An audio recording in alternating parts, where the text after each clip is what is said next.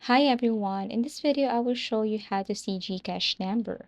So first things first, of course, you need to launch your GCash application. Make sure that you're using the latest version of GCash application and your GCash account number is your mobile phone and number registered with GCash. Now what you're going to do now is you have to first log in your MPIN or MPIN, and then on the home screen tap your name or profile photo. Under your name, you will see your registered phone or registered mobile number. That is your GCash account number.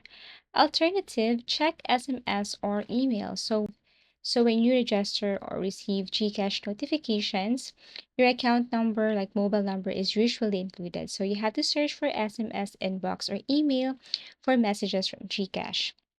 Now you have to take note that you have to make sure to include the 09 prefix when giving your number. Do not include country code unless it's for international transfers.